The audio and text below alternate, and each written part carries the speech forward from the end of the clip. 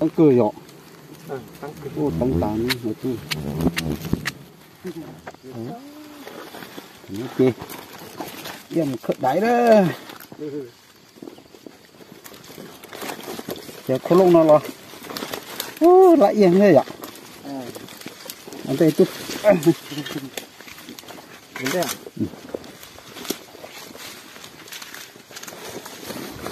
đó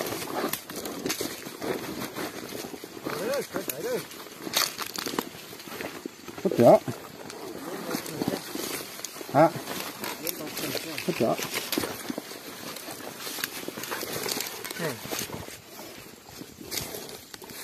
ai kia rồi ai kia nhìn thấy không cái to như thế thôi hả cái to như thế thôi đây kìa nó còn nó xưa màu ma chút rồi ta hả cái thái thói là thái à đấy nó không cho cái liền á ăn bao kia to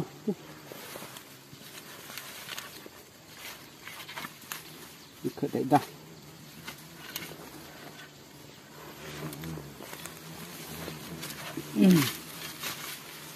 chụp khởi này được tê tê nó nữa để từ đầu tê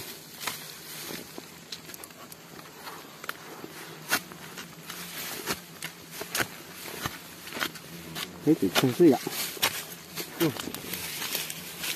đánh điện phải nó nè thằng ta tao đánh điện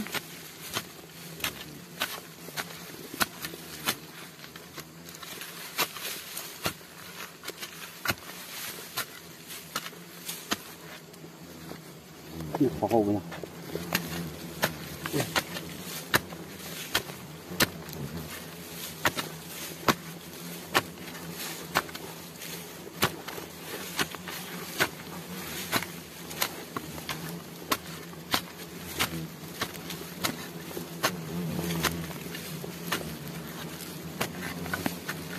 thì nó được còn nó có tụ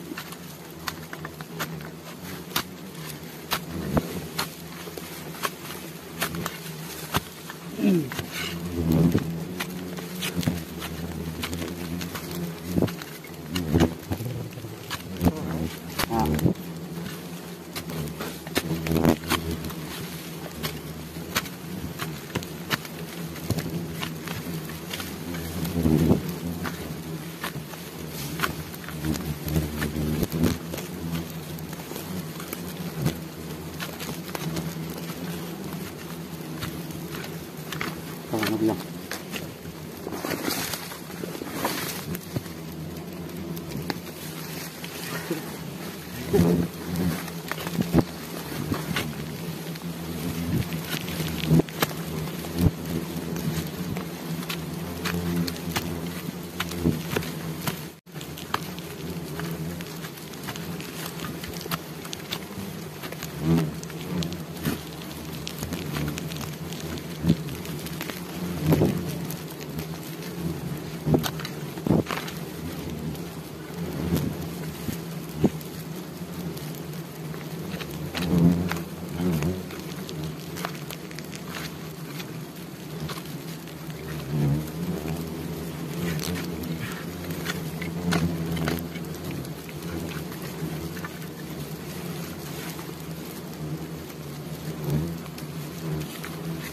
cửa một cửa rồi ít cửa tôi ít cửa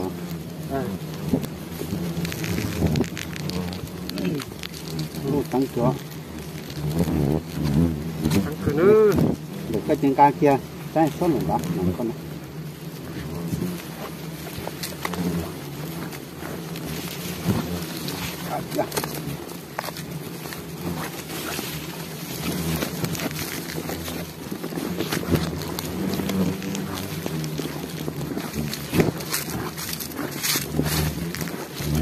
cái này tu to cỡ ra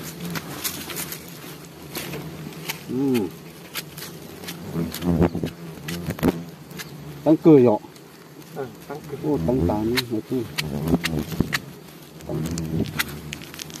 tăng cực kia đó nó đã cao đó mình hạt nó kia cho họ hay là hạt kia không kia à ở tú kia ôi vô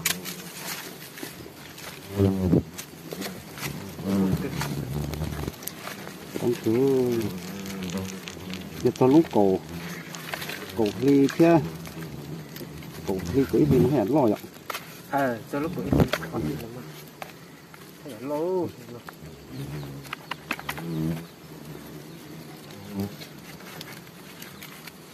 mổ vào và lô rồi ô chủ vạ đấy còn mình ngon này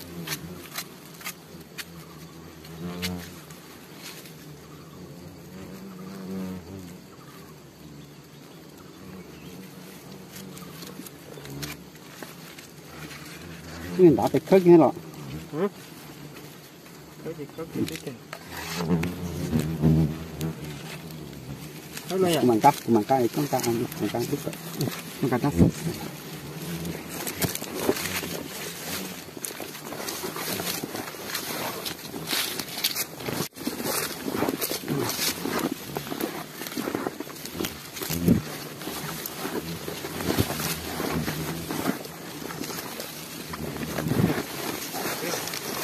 con thằng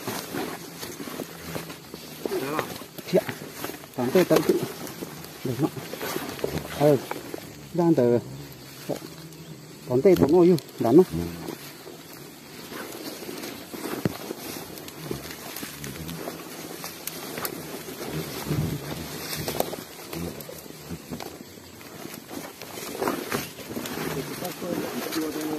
được chuyện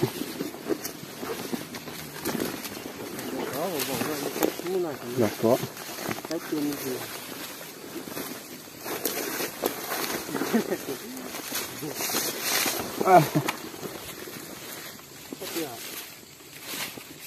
có thấy chưa để nói nhá được có hai nhá nói đấy đang được co là bỏ nương cá ra số ăn khi của con đấy một to họ một bọ một cái đó một bọ này họ cái giá trị trứng này xuống còn nói ha chị khơi xuống số to số non này khơi xuống đằng chị đi xuống còn nói ha cái mà xuống học chỉ cho vào thì tôi chỉ đã tao mặc khơi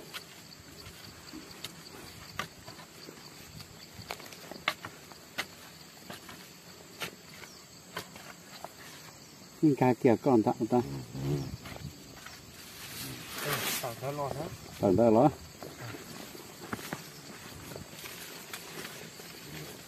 nhưng mà mình mệt quá trên thì mà bỏ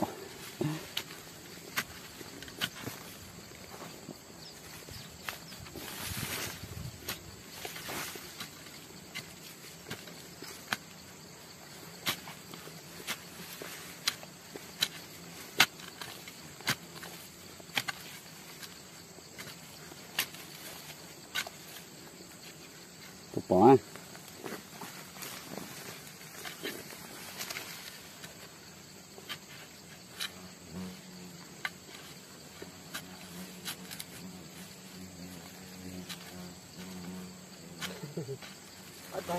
ở đây to quá lấy để là cái lía đúng không ta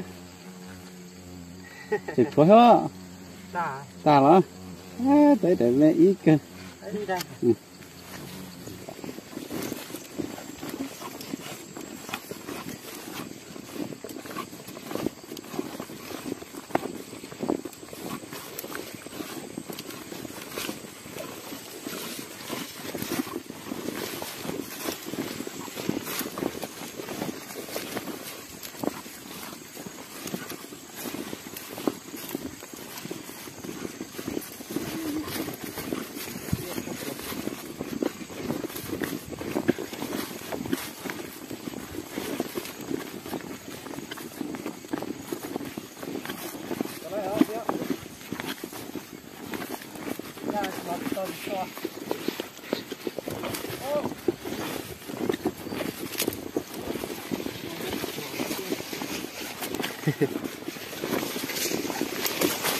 Nó có đây ở kia. Ủa. Nó mà sẽ thế hả? Đấy nó là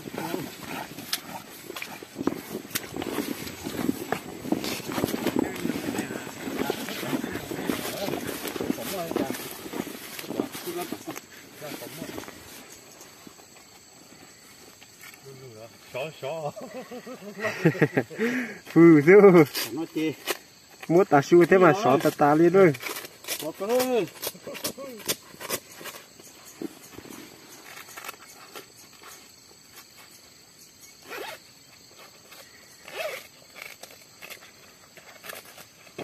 Cũng mua.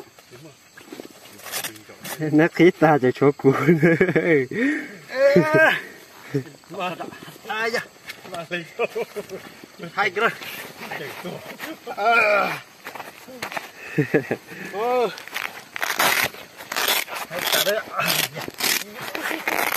Ôi, rất tốt ơn được. Dạ. Ô, lên mà tia ít khoa tia. Tờ cầm lăng cài đó. À. Sao thế tia? Vô đi đấy chè.